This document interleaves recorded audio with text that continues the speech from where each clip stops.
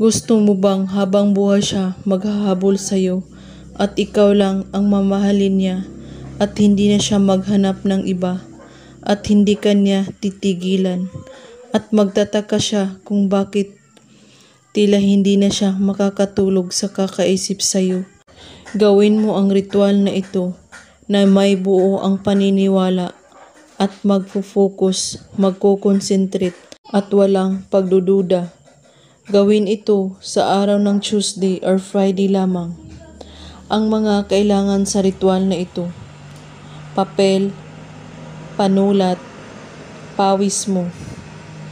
Kunin mo ang papel, ikulong ito sa pagitan ng iyong palad. Ilipat mo ang iyong enerhiya na papunta sa papel at iisipin mo siyang mabuti.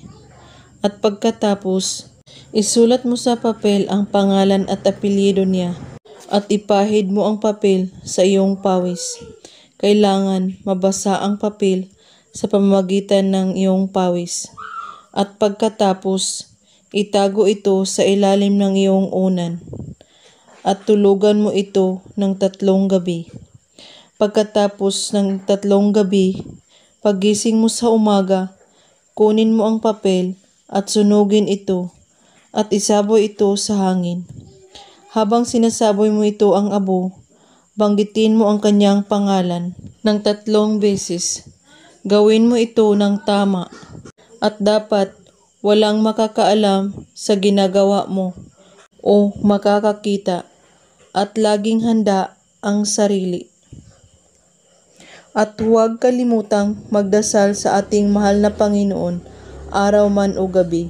At kung may katanungan po kayo ay magko-comment lang po sa ibaba. Maraming salamat sa panonood. May God bless us all.